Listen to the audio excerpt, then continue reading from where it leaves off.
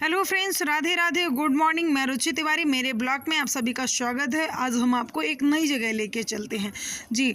और आपसे एक रिक्वेस्ट है कि प्लीज़ वीडियो पूरा देखा करिए, क्योंकि हम बहुत मेहनत करते हैं। अब मैं डेली तो बाहर नहीं जा सकती हूँ, इसलिए बाहर का व्यू नहीं दिखा पाती हूँ, लेकिन हाँ, आज हम आपको एक नई जगह लेके चलते हैं। दिल्ली में एक मयूर विहार है, जहाँ पर आज 101 वेदियों मतलब 101 हवन वेदियाँ बनाई जाएंगी। दिल्ली के शुद्धिकरण के लिए वो हवन कराया जा रहा है, महाभोज कराया जा रहा है। हम आपको एक नई जगह लेके चलते हैं। तो अब हम तैयार होते हैं, चूँकि हमको जल्दी निकलना है। हम उठे ही 10 बजे हैं, समझिए 11 बजे का कार्यक्रम है। 10 बजे में हम सो के उठे हैं और हमको निकलना है, तो मिलते हैं हम आगे आपको। अब हम तैयार होकर मेट्रो स्टेशन पहुँचे और हमने मेट्रो ली और निकल गए, मैं और मेरा बेटा और मेरा भाई। चूँकि मैं अकेले नहीं चल सकती हूँ, आप सभी को जैसे पता है कि मेरे पैर की सर्जरी 2 बार हो चुकी है और मेरा पैर इतना स्ट्रांग नहीं है कि मैं अकेले चलूँ। मुझे थोड़ा सा डर भी है, रिस्क भी है कि कहीं पैर डिसबैलेंस ना हो, इसलिए मैं आपके लिए डेली कुछ नया नहीं ला पाती हूँ। 3-4 दिन में ही निकलती हूँ घर के बाहर। खैर, हम लोग चल के आ गए हैं हवन वेदी में। हम लोग बहुत लेट हो गए थे, 3 बज गया था हमको पहुँचते पहुँचते, और 11 बजे का कार्यक्रम था। लगभग पब्लिक जा चुकी थी। लास्ट में जो भी था, हम गए थे तो हमने हवन किया और लोगों से मिले भी, लेकिन उतना मिलना नहीं हो पाया क्योंकि हम काफ़ी लेट हो चुके थे। ठीक। और ये जो यज्ञ करवाया जा रहा है दिल्ली के शुद्धिकरण के लिए है। जो गुरु महाराज जी हैं, जो यहाँ के योग बलि सिद्ध अखाड़ा के जो महाराज जी हैं, उनका मानना ये है कि ये जो हवन करवा रहे हैं, इसमें जो औषधियाँ पड़ती हैं, घी और जो भी सारा सामान पड़ता है ना, उससे जो वायु की शुद्धिकरण है।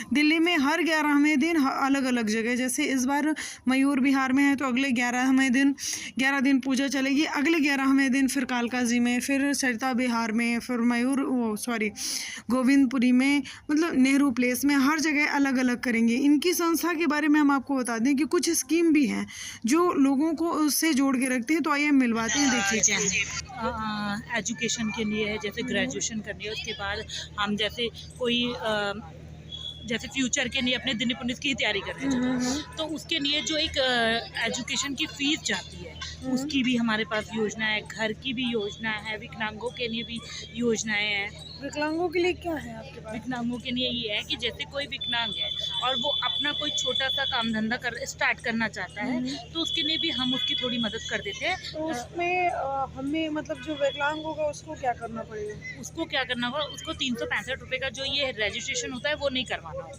हर महीने उनको 151 रुपये जमा करना है और फिर उनको परीक्षण के लिए बुलाया जाएगा। थोड़ा सा उनका मतलब परीक्षण लिया जाएगा, उनको देखा जाएगा कि वो काम कर सकते भी है या नहीं, क्योंकि कि कोई भी फैसिलिटी देने से पहले हमें उसमें वो एबिलिटी तो दिखाई देनी चाहिए ना। जी। और जैसे आपने एक घर के लिए बताया, उसमें क्या बताया? उसमें घर में ये है कि 5 साल तक आपको एक मेरे को ना उसको थोड़ा सा याद नहीं है कितने पर मंथ कितने देने हैं, लेकिन रजिस्ट्रेशन फीस वही 365 रुपये है। 365 रुपये देने के बाद आपको 5 साल तक जो भी हमारी एक छोटी सी इनकम है, शायद 501 है, 1100 रुपये है शायद, वो आपको 5 ईयर्स तक देना है। उसके बाद 1 BHK फ्लैट वगैरह का गुरुजी वो करते हैं। तो वो देते कहाँ है? आपके नियर जो बाय? नहीं, आपके नियर बाय, आपका जो नियर, क्योंकि आप जहाँ रहते हो वहीं आसपास। अच्छा, आपने ये जो बच्चों के लिए जो सुविधाएं बताई, उसका क्या मतलब? जैसे दिल्ली के अंदर जो भी रह रहे हैं, हाँ, अगर वो अदर स्टेट से हैं, उनको भी सारी सुविधाएं अदर भी, जी अदर, हाँ जी। तो मतलब वो कहीं से भी हो, रहे दिल्ली में रहे हो, यही आप कहना चाह रही हैं? वो कहीं से भी हो, रह रहे हो दिल्ली में, यूपी में भी रह रहे हो, तो भी हमारी फैसिलिटी वहाँ तक जाएगी। ठीक है। तो यूपी का कौन सा एरिया मतलब जो टच कर रहा है, नोएडा वगैरह ये सब? हाँ, ये भी और अदर भी, जैसे बिहार है, पटना है, वहाँ से भी अगर कोई है और उनको हमसे जुड़ना है तो हम उसकी पूरी मदद करते हैं। धन्यवाद, आपसे मिलकर अच्छा लगा। और आप अपना नाम बताइए। मेरा यूट्यूब चैनल है, मैं उसमें इसको अपलोड करूँगी। अच्छा, मेरा नाम सोनिया है। मैं महाबली योग अखाड़ा के मेन ऑफिस में बैठती हूँ, दिलशाद का। ओके, धन्यवाद।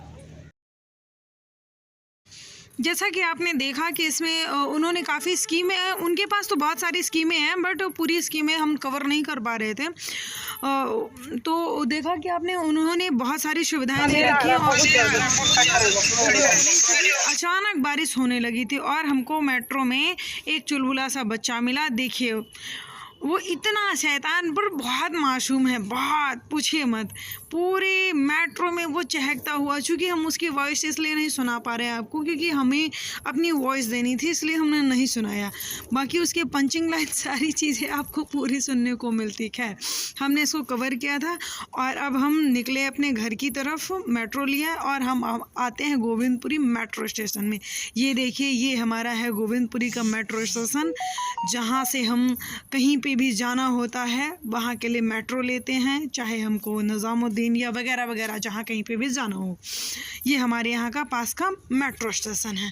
और अब हम आते हैं घर, चूँकि हम दिन भर चल के इतना थक जाते हैं कि पूछिए मत। और ये देखिए, ये है फ़िल्टर का माल। जिनको लगता है ना कि लड़कियाँ बड़ी खूबसूरत होती हैं लेकिन सारी नहीं। खैर, तो आप इसके चक्कर में ना पड़ें। और अब मिलते हैं हम आपको नेक्स्ट ब्लॉग में। सभी को राधे राधे, सब आप अपना ख्याल रखिएगा और सभी को गुड नाइट। और हाँ, एक चीज़ हम ज़रूर करेंगे, प्लीज़ कमेंट करके बताइएगा कि हमारा ब्लॉग आप सभी को कैसा लगा। आप सभी अपना ख्याल रखिए।